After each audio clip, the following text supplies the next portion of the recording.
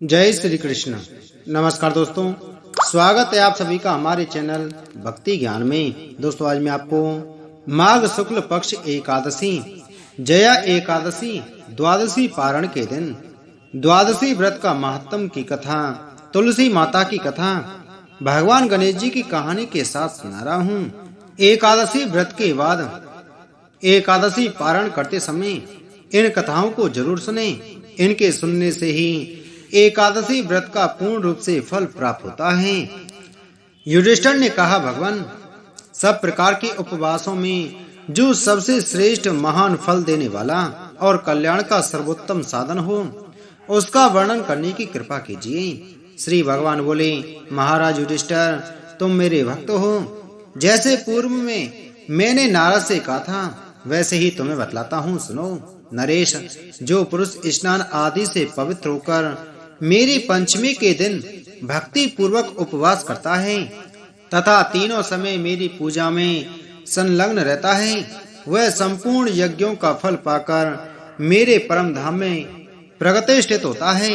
नरेश्वर, अमावस्या और पूर्णिमा, ये दोनों पर्व, दोनों पक्ष की द्वादशी तथा श्रवण नक्षत्र, ये 5 तिथियां मेरी पंचमी कहलाती हैं। ये मुझे विशेष प्रिय हैं। अतः श्रेष्ठ ब्राह्मणों को उचित है कि वे मेरा विशेष प्रिय करने के लिए मुझ में चित्त लगाकर इन तिथियों में उपवास करें। नर श्रेष्ठ जो सब में उपवास ना कर सके, वह केवल द्वादशी को ही उपवास करें। इससे मुझे बड़ी प्रसन्नता होती है। जो मार्गशीर्ष की द्वादशी को दिन रात उपवास करके केशव नाम से मेरी पूजा करता है, उसे अश्वमेध यज्ञ का फल प्राप्त होता है। जो पौष मास की द्वादशी को उपवास करके जो नारायण नाम से मेरी पूजा करता है, वह वाजमेध यज्ञ का फल पाता है। राजन, जो माघ की द्वादशी को उपवास करके माधव नाम से मेरा पूजन करता है, उसे राजसूय यज्ञ का फल प्राप्त होता है। नरेश्वर, फाल्गुन के महीने में द्वादशी को उपवास करके जो गोविंद के नाम से मेरा अर्चन करता है, उसे अतिरात्र याग का फल प्राप्त होता है। चैत्र महीने की द्वादशी तिथि को व्रत धारण करके जो विष्णु नाम से मेरी पूजा करता है, वह पुंडरीक यज्ञ के फल का भागी होता है। पांडुनंदन, बैसाख की द्वादशी को उपवास करके मधुसूदन नाम से मेरी पूजा करने वाले को अग्निष्टोम यज्ञ का फल मिलता है। राजन, जो मनुष्य ज्येष्ठ मास की द्वादशी तिथि को उपवास करके त्रिविक्रम नाम से मेरी पूजा करता है, वह गौमेध के फल का भागी होता है। भरत श्रेष्ठ, आषाढ़ मास की द्वादशी को व्रत रहकर वामन नाम से मेरी पूजा करने वाले पुरुष को नरमेध यज्ञ का फल प्राप्त होता है। राजन, श्रावण महीने में द्वादशी तिथि को उपवास करके जो श्रीधर नाम से मेरा पूजन करता है, वह पंच यज्ञों का फल पाता है।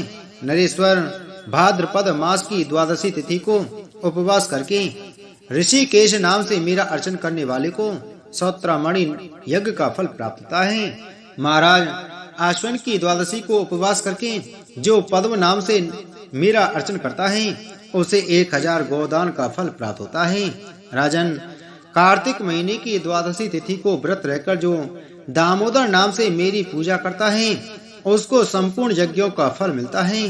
नरपति, जो द्वादशी को केवल उपवास ही करता है, उसे पूर्वोक्त फल का आधा भाग ही प्राप्त होता है।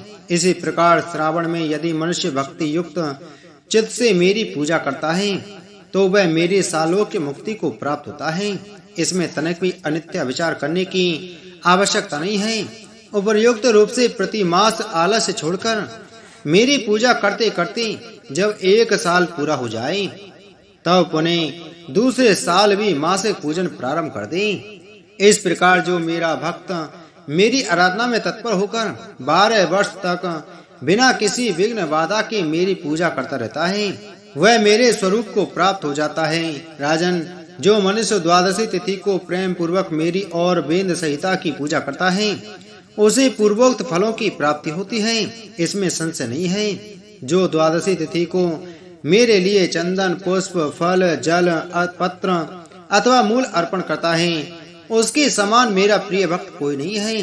नरश्रेष्ठ युधिष्ठिर, इंद्र आदि संपूर्ण देवता उपयुक्त विधि से मेरा भजन करने के कारण ही आज स्वर्गीय सुख का उपभोग कर रहे हैं। जो भी भक्त सच्ची श्रद्धा के साथ भगवान विष्णु का पूजन करते हैं, भगवान गणेश जी की पूजा करता है, भगवान सालग्राम का पूजन करते हैं, तुलसी माता का पूजन करते हैं, एकादशी का व्रत करते हैं, एकादशी व्रत के बाद द्वादशी के दिन पारण के समय द्वादशी की कहानी सुनते हैं। इससे भगवान श्री हरि विष्णु अति प्रसन्न होते हैं और अपनी कृपा प्रदान करते हैं।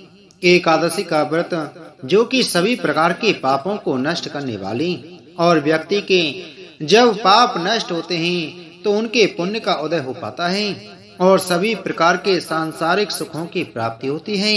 हिंदू धर्म में तुलसी का बड़ा ही विशेष महत्व बताया गया है। माता तुलसी जो कि अपने भक्तों के सभी प्रकार के पापों को नष्ट करने वाली हैं और भगवान विष्णु को तुलसी दल अति प्रिय होता है। बिना तुलसी दल के भगवान विष्णु पूजा स्वीकार नहीं करते और जहाँ पर भी तुलसी का वृक्ष होता है वहाँ पर यम के दूत भी नहीं आते और जाते हैं। इसलिए सभी भक्तों को तुलसी माता की पूजा जरूर करनी चाहिए और तुलसी माता के नीचे दीपक जलाना चाहिए और तुलसी दल भगवान विष्णु को अर्पित जरूर करनी चाहिए। इससे माता तुलसी और भगवान विष्णु का आशीर्वाद प्राप्त होता है। तुलसी माता का विवाह पूरे विधि विधान के साथ कार्तिक के महीने में भगवान सालग्राम के साथ किया जाता है। प्रत्येक दिन भगवान विष्णु का पूजन करना चाहिए और भगवान विष्णु के साथ साथ माता तुलसी का भी पूजन जरूर करना चाहिए। भगवान विष्णु और माता तुलसी का दोनों का एक साथ कृपा प्राप्त होता है। एक बार एक गांव में एक बुजुर्ग महिला रहा करती थी। वह बहुत ही पूजा पाठ किया करती थी। वह रोज तुलसी माँ की पूजा करती थी और वह बुजुर्ग महिला रोज तुलसी माँ से कहती थी, हे तुलसी माँ, तुम मुझे बहू दे, पीताम्बर की धोती दे, मीठा मीठा घास दे, बैकुंठ में बास दे, चटक की चाल दे, पटक की मौत दे, चंदन का काठ दे, रानी सा राज दे, दाल भात का भोजन दे, ग्यारस की मौत दे और कृष्ण जी का कांदा दे। वह बुजुर्ग महिला तुलसी माता की रोज पूजा करती और उनके बिड़ले को रोज सींचती। तुलसी माता बुजुर्ग महिला की बात सुनकर धीरे धीरे सूखने लगी। तभी भगवान श्री कृष्ण ने देखा कि तुलसी माता सूख रही हैं और तभी एक दिन भगवान श्री कृष्ण तुलसी माता जी के पास प्रकट हो गए और भगवान श्री कृष्ण जी ने तुलसी माता से पूछा, तुम क्यों सूख रही हो? सभी महिलाएं तुम्हारी पूजा करती हैं और तुमको सींचती हैं, लेकिन फिर भी तुम सूखती जा रही हो। क्या कारण है इसका? जिसके बाद तुलसी माता ने भगवान श्री कृष्ण जी से कहा कि हे प्रभु, एक बुजुर्ग महिला मेरे पास रोज आती है और रोज एक ही बात बोलती है, हे तुलसी माता, सबकी दाता, मैं तेरा बिड़ला सींचती हूँ, तुम मुझे बहू दे, पीताम्बर की धोती दे, मीठा मीठा घास दे, बैकुंठ में बास दे, चटक की चाल दे, पटक की मौत दे, चंदन का काठ दे, रानी सा राज दे, दाल भात का भोजन दे, ग्यारस की मौत दे और कृष्ण जी का कांदा दे। मैं उस बुजुर्ग महिला की सारी मनोकामनाएं पूरी कर सकती हूँ, लेकिन उसकी एक मनोकामना पूरी नहीं कर सकती। मैं कृष्ण जी का कांदा कहाँ से दूंगी उसको? तभी भगवान श्री कृष्ण जी तुलसी माता की बात सुनकर जोर जोर से हंसने लगे और फिर भगवान श्री कृष्ण जी ने तुलसी माता जी से कहा कि तुम चिंता मत करो, जब उस बुजुर्ग महिला की मृत्यु होगी तब मैं स्वयं ही उसको कंधा देने आ जाऊंगा और तुम उस बुजुर्ग महिला को यह कह देना। जिसके बाद भगवान श्री कृष्ण जी तुलसी माता को यह बताकर वहां से अदृश्य हो गए और धीरे धीरे उस बुजुर्ग महिला की तबीयत खराब हो गई। और एक दिन जब एकादशी का दिन था, ग्यारस का दिन था, तो उस बुजुर्ग महिला की मृत्यु हो गई।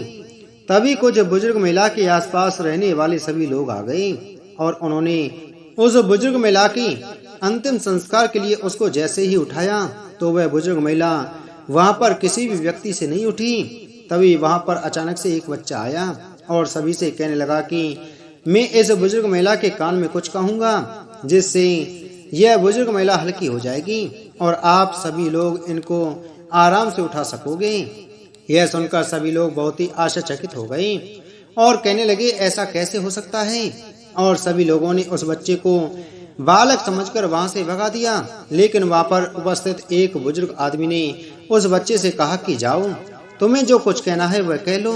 लेकिन सभी लोगों को यह पता नहीं था कि बच्चे के रूप में भगवान श्री कृष्ण खुद ही आए हैं उस बुजुर्ग महिला को कांदा देने के लिए। जिसके बाद भगवान श्री कृष्ण ने उस बुजुर्ग महिला के पास जाकर उसके कान में जाकर कहने लगे, माई मन की निकाल ले, पीताम्बर की धोती ले, मीठा मीठा घास ले, बैकुंठ में बास ले, चटक की चाल ले, पटक की मौत ले, चंदन का काट ले और अब ले कृष्ण जी का कांदा भी ले।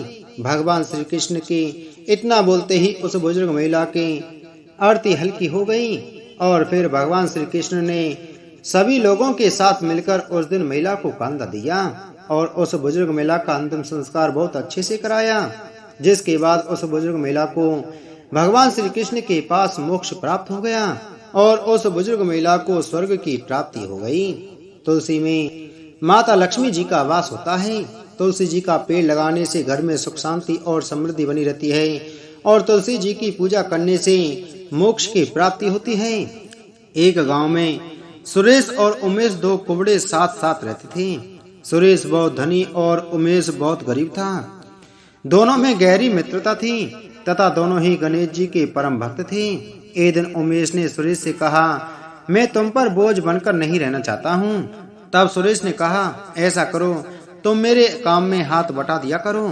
उमेश ने उसकी बात रखते हुए हर काम में सहयोग करना प्रारंभ कर दिया। धीरे धीरे सुरेश उमेश से बहुत अधिक काम करने लग गया।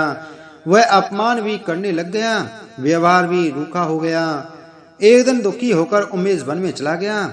उसने अपने आराध्य गणेश जी को याद किया। गणेश जी पहले से ही उमेश की अवस्था से परिचित थे। वे एक यक्ष का रूप धरकर उमेश के समक्ष प्रकट हुए।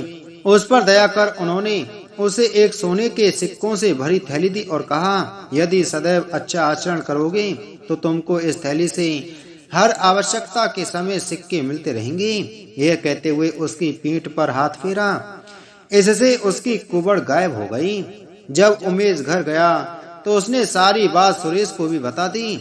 सुरेश के मन में लोभ जागा। वह भी जंगल में गया, गणेश जी को याद किया। यक्ष रूप में गणेश जी उसके सामने प्रकट हुए। गणेश जी उसके मन के लोभ को जानते थे। उन्होंने उसकी पीठ पर हाथ फेरा तो एक कुबड़ और हो गई। सिक्कों की थैली भी नहीं दी। उमेश घबरा गया। उसने अपने किए के लिए क्षमा करने की प्रार्थना की। गणेश जी ने कहा, तूने अपने मित्र का दिल दुखाया है, उसके साथ दुर्व्यवहार किया है, लोभ किया है, इसकी सजा तो भुगतनी ही होगी। परंतु तू मेरा भक्त है, इसलिए यदि तू अपने किए पर सच्चे मन से सुरेश से क्षमा मांग ले तो तेरी कुबड़ ठीक हो जाएगी। उमेश गणपति का आभार व्यक्त करते हुए शीघ्रता से घर गया। उसने मित्र से सच्चे मन से क्षमा प्रार्थना की। उसका कष्ट दूर हो गया। हे गणेश जी, जैसे तुमने सही आचरण करने वाले उमेश को दिया और सुरेश को क्षमा किया, वैसे ही सबके साथ करना। बोलो गणेश भगवान की जय।